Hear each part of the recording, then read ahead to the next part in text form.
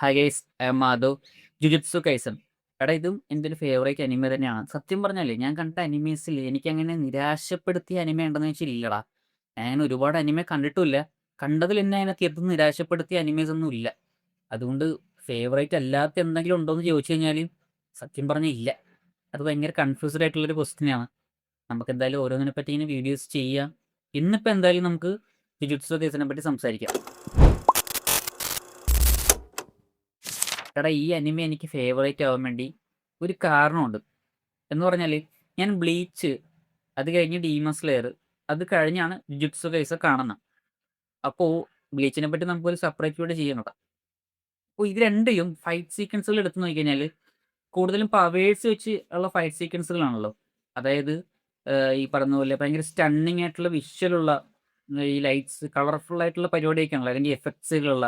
ഈ ബ്ലീച്ചിലാണെങ്കിൽ അങ്ങനെയൊക്കെ തന്നെയാണ്. ഡീമൺ സ്ലെയറിൽ അതിൻ്റെ എക്സ്ട്രീം ആയിട്ടുള്ള ഒരു വെർഷനാണ്. ആൻഡ് അതൊക്കെ ഞാൻ ഭയങ്കരമായിട്ട് എൻജോയ് ചെയ്തു. അതൊക്കെ പീക്ക് എക്സ്പീരിയൻസ് ആയിരുന്നു ആ ഫൈറ്റൊക്കെ. പക്ഷേ എനിക്ക് ഈ അനിമേസിലെ ഹാൻഡ് ടു ഹാൻഡ് കോമ്പാറ്റ്സ് ഭയങ്കര ഇഷ്ടമാണ്. എന്നാൽ എനിക്കത് ഭയങ്കര റെയറായിട്ട് കിട്ടിയിട്ടുള്ളത്. എസ്പെഷ്യലി ഇന്നത്തെ ജനറേഷനിൽ ഇറങ്ങിയിട്ടുള്ള പല അനിമീസിലും നോക്കിക്കഴിഞ്ഞാൽ മിക്ക ഫൈറ്റ്സുകൾ, അല്ലെങ്കിൽ ഞാൻ കണ്ട ഈ ഇടക്കൊക്കെ ട്രെൻഡിങ് ആയിട്ടുള്ള അനിമീസിൽ കൂടുതലും ഈ പറയുന്ന പോലെ പവേഴ്സ് വെച്ചിട്ടുള്ള ഫൈറ്റ് സീക്വൻസ് ആണ്. ഞാൻ വീണ്ടും പറയുന്നത് എനിക്ക് ഇഷ്ടമാണ്, ഇഷ്ടമല്ലെന്നല്ല. പക്ഷേ മിസ് ചെയ്യുന്നുണ്ടായിരുന്നു ഈ ഹാൻഡ് ടു ഹാൻഡ് കോമ്പാറ്റ്സുകൾ. വില്ലാൻ സകലൊക്കെ ഉണ്ടായിരുന്നു, അത്യാവശ്യം നല്ല കിടിലം പരിപാടി.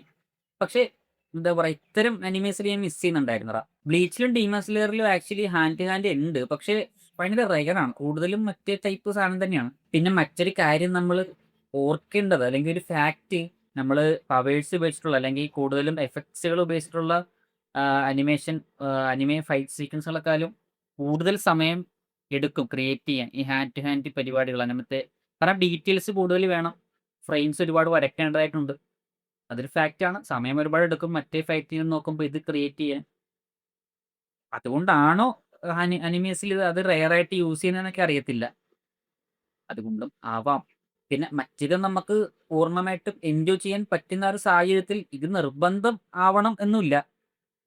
എങ്കിലും ഞാൻ ഇടയ്ക്ക് മിസ് ചെയ്യാറുണ്ട് അത്തരം ആക്ഷൻ സീക്വൻസുകൾ, ഹാൻഡ് ടു ഹാൻഡ് പരിപാടികൾ. അങ്ങനെ ഇരിക്കുമ്പോഴാണ് ഞാൻ ഈ അനിമ കാണാൻ വേണ്ടി പ്ലാൻ ചെയ്യുന്നത്. പക്ഷേ ഈ അനിമയിൽ എനിക്ക് അത്തരം ഫൈറ്റുകൾ ഉണ്ടോയെന്ന് അറിഞ്ഞ് ഞാൻ, അല്ലെങ്കിൽ അതിനു വേണ്ടിയല്ല ഈ അനിമ ഞാൻ കണ്ടത്. ഇതാ സമയത്ത് നല്ല രീതിക്ക് ഈ ഇൻസ്റ്റാഗ്രാമിലൊക്കെ ചർച്ച, ഫേസ്ബുക്കിലൊക്കെ നല്ല കത്തി നിൽക്കുന്ന ഒരു അനിമയായിരുന്നു ആ ടൈമിൽ. അപ്പോൾ എന്താണ് ഇതിലുള്ളത് എന്നുള്ളൊരു ക്യൂരിയോസിറ്റിയും, പിന്നെ ജസ്റ്റ് ഈ അനിമയെ പറ്റിയും സെർച്ച് ചെയ്തപ്പോഴത്തേക്കും മാപ്പയാണ് ഇതിൻ്റെ അനിമേറ്റേഴ്സ്, അല്ലെങ്കിൽ മാപ്പ സ്റ്റുഡിയോ ആണ് ഇത് അനിമേഷൻ ചെയ്യുന്നത്. ഞാൻ ഇതിനു മുമ്പുള്ള വീഡിയോസിലും പറഞ്ഞിട്ടുണ്ട്, മാപ്പയുടെ അനിമേഷൻ എനിക്ക് ഭയങ്കര ഇഷ്ടമാണ്. അവരുടെ ഒരു അനിമേഷൻ പരിപാടിയിലൊക്കെ അവർ കൊടുക്കുന്നൊരു ഡീറ്റെയിൽസ് ഉണ്ട്, അതിനൊരു സ്റ്റൈലുണ്ട്, ആൻഡ് ഒരു ക്രിസ്പിനെസ് ഉണ്ട് മാപ്പയുടെ അനിമേഷൻസിനൊക്കെ. അതൊക്കെ എനിക്ക് ഭയങ്കര ഇഷ്ടമാണ്. അവരുടെ ഒരു സ്റ്റൈൽ പൊതുവെ എനിക്ക് ഭയങ്കര ഇഷ്ടമാണ്. അപ്പോൾ മെയിൻ കാരണം ക്യൂരിയോസിറ്റിയാണ്, എന്താണ് ഇതിലുള്ളതെന്ന് അറിയാൻ. രണ്ടാമത്തെ കാരണം മാപ്പയും കൂടെ ആണെന്ന് അറിഞ്ഞപ്പോൾ കുറച്ചും കൂടി ഇൻട്രസ്റ്റഡ് ആയി. അങ്ങനെ ഞാൻ കണ്ടു. ഇപ്പോഴും പറയുന്നു, എനിക്ക് ഇതിൽ ഹാൻഡ് ടു ഹാൻഡ് പരിപാടി ഉണ്ടെന്ന് അറിയത്തില്ലായിരുന്നു ആക്ച്വലി. അതൊരു ആഗ്രഹമായിട്ട് ഇങ്ങനെ മനസ്സിൽ കിടപ്പുണ്ട്. പക്ഷേ ഈ അനിമയോടെ കണ്ടു കഴിഞ്ഞിട്ട് അങ്ങനത്തെ എന്തെങ്കിലും അനിമേസ് സെർച്ച് ചെയ്തിട്ട് അങ്ങനെ ഇരുന്ന് കാണുന്നതായിരുന്നു പ്ലാൻ. അതിന് മുമ്പായിട്ട് ഈ അനിമ ഞാൻ കണ്ടു. കണ്ടപ്പോൾ എൻ്റെ ആഗ്രഹം ഈ അനിമയിലൂടെ ഞാൻ സാധിച്ചു. കാരണം ജുത്സു കൈസണിൽ ഓൾമോസ്റ്റ് മിക്ക ഫൈറ്റുകളിലും ഹാൻഡ് ടു ഹാൻഡിന് ഒരു സെക്ഷൻ തന്നെയുണ്ട്. ആൻഡ് അത് അവന് ചെയ്തിരിക്കുന്നുണ്ടല്ലോ, എടാ എനിക്ക് പേഴ്സണലി ഹൈ കിക്കായിരുന്നു. അതായത് ഈ ജുജുത്സു കൈസണിൽ എപ്പോഴൊക്കെ ഫൈറ്റ് സീക്വൻസ് വരുന്നു അപ്പോഴൊക്കെ കിട്ടുന്ന ഒരു പവർ ഉണ്ട്, ചാർജ് ആവാന്നൊക്കെ പറയത്തില്ലേ, അമ്മാതിരി അടി. അടിക്കുന്ന ഓരോ അടിയും ഉണ്ടല്ലോ, കിണ്ടലടി എന്നൊക്കെ പറയുന്ന പോലെ അമ്മാതിരി ഒരു, എന്താ പറയുക, വേറെ ലെവൽ പരിപാടിയാണ് ഇതിലെ ആക്ഷൻ സീക്വൻസുകളിൽ മാപ്പ കുക്ക് ചെയ്ത് വെച്ചിരിക്കുന്നത്.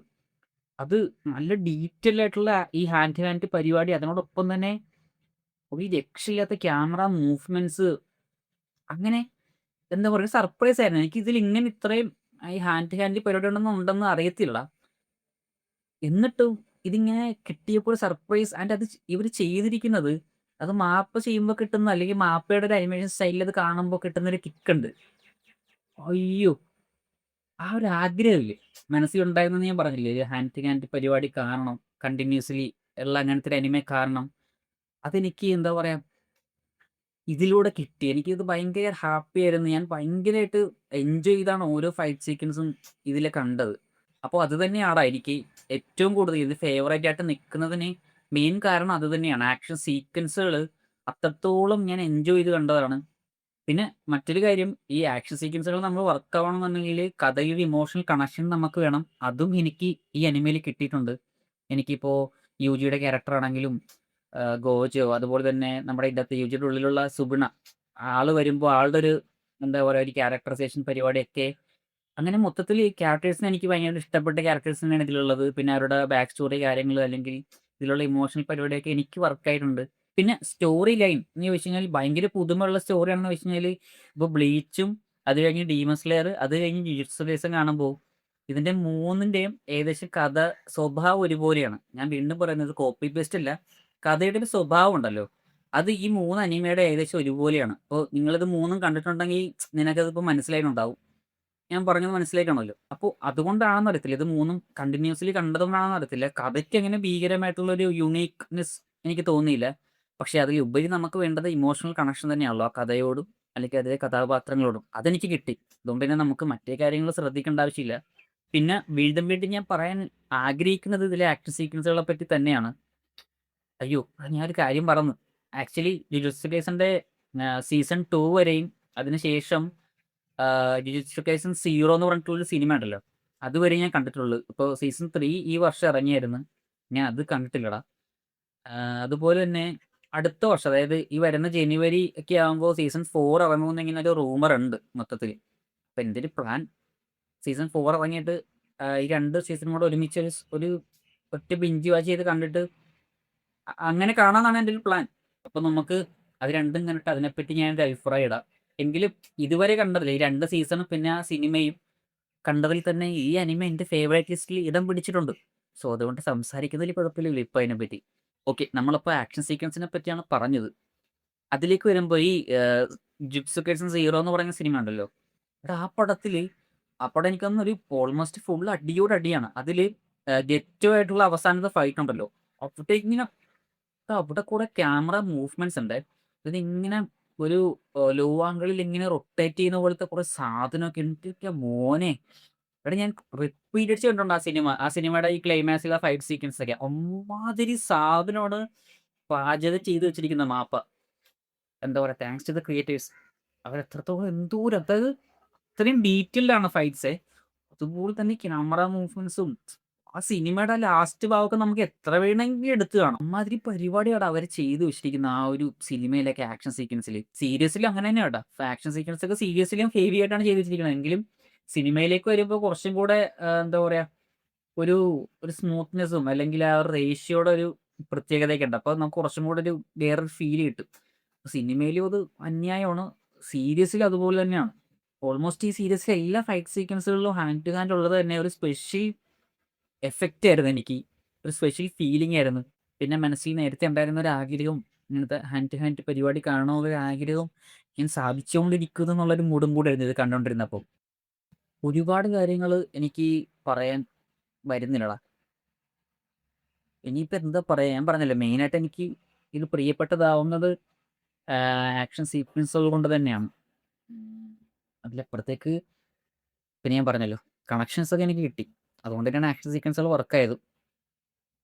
സോ ഇനിയിപ്പോൾ എന്താ, ഇനിയിപ്പോൾ ഒന്നും പറയാൻ തോന്നുന്നില്ല, അല്ലെങ്കിൽ വരുന്നില്ല. 3ാമത്തെ സീസൺ ഉണ്ട്, 4ാമത്തെ സീസൺ വരും. ജനുവരിയിൽ 4th സീസൺ വരുവാണെന്നുണ്ടെങ്കിൽ ഈ രണ്ടും ഞാനായിട്ട് എനിക്ക് തോന്നുന്ന കാര്യങ്ങൾ ഞാൻ ഷെയർ ചെയ്യാം. ജനുവരിയിൽ അത് ഇനി വന്നില്ലെങ്കിൽ സീസൺ 3 ഞാൻ ഇൻഡിവിജ്വലായിട്ട് കണ്ടിട്ട് അതിൻ്റെ മാത്രമായിട്ടൊരു സെപ്പറേറ്റ് വീഡിയോ നമുക്ക് ചെയ്യാം, എനിക്ക് എങ്ങനെയാണ് അത് ഫീൽ ചെയ്തെന്നുള്ളത്. എനിവേ ഈ 2 സീസൺ ആൻഡ് സീമ കൊണ്ട് തന്നെ എൻ്റെ മനസ്സിൽ അല്ലെങ്കിൽ എൻ്റെ ഫേവറേറ്റ് ലിസ്റ്റിൽ ഇടം പിടിച്ച് കയറിക്കൂടിയ ഒരു അനിമയാണ്. എൻ്റെ ഫേവറേറ്റ് അനിമ തന്നെയാണ് ജുജുത്സു കൈസൻ. അപ്പോൾ എന്താ ഒന്നും വരുന്നില്ല. ശരി, എന്നാൽ ഇനിയിപ്പോൾ നമുക്ക് അടുത്ത വീഡിയോ കാണാം.